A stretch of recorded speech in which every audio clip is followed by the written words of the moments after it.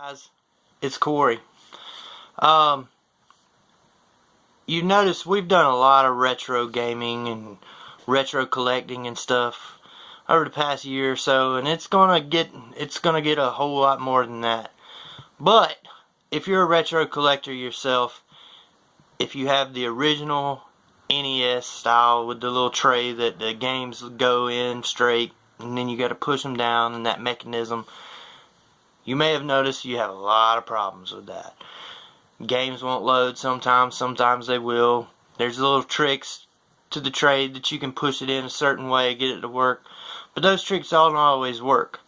So I have a really big issue with that. And then some games I can't even get to work. And it's not because the game is dirty or anything like that. It's just because the 72-pin connector inside that console is damaged. There's a problem with the design, and Nintendo really messed up back in the day when they done that.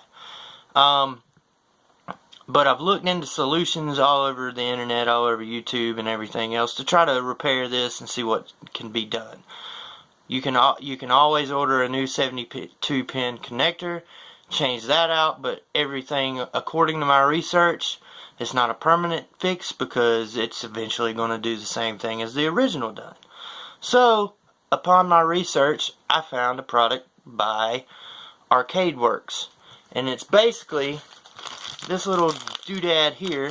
You stick it in the console, and it basically relieves the console of having that push down mechanism, and you basically turn your system into a top loader, but you're still pushing it straight forward like you do any other time. So you push the game in and it's done. You turn it on and it should work, and it's a more permanent fix. So I've ordered the product.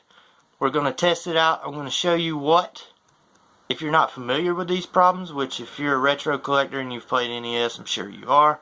But I'll show you the current state of my NES right now, and then we'll go through a short video of installing the new product and then testing it out and see how it works. Hope you guys enjoy. Alright, so here we are with the TV. It's on. We'll get down here to the NES. We have Mike Tyson's Punch-Out in there. I have played this game. It doesn't. So I know the game is not broken. Now my method of always getting this to work, which is kind of hard to see, is I get it right before it goes in and then I push and it clicks. And then you end up with this kind of crap. It's blinking. It's the blinking light win, and that's the name of the product. But you can go through this procedure 50 million times. Well, we're almost there. See, we get it to come up and it looks like that.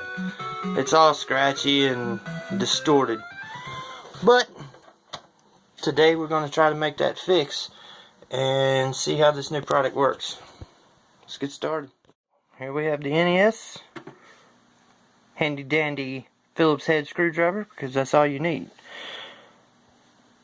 1, 2, 3, 4, 5, and 6. You'll need to take those 6 screws out to get into the inside of the unit.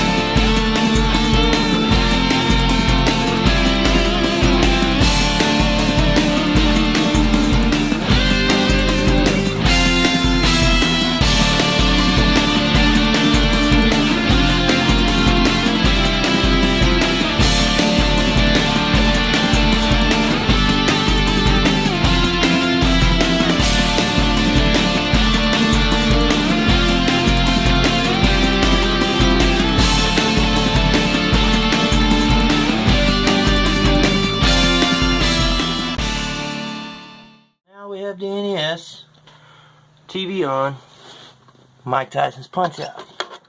Let's stick her in. So you push it in pretty firmly. Power it on. And we have gameplay. So that's pretty great. First time, first try. So now I've heard this is pretty difficult. And it is, and it's going to take a little bit of two hands, but it takes a little force to pull the game out now. But just remember, you don't have to push down anymore, you just push the game straight in. But that's a fix to our NES permanently. Hope you guys enjoyed, and I hope it taught you about a product that you can get out there that'll make your retro gaming a little bit easier. See you next time.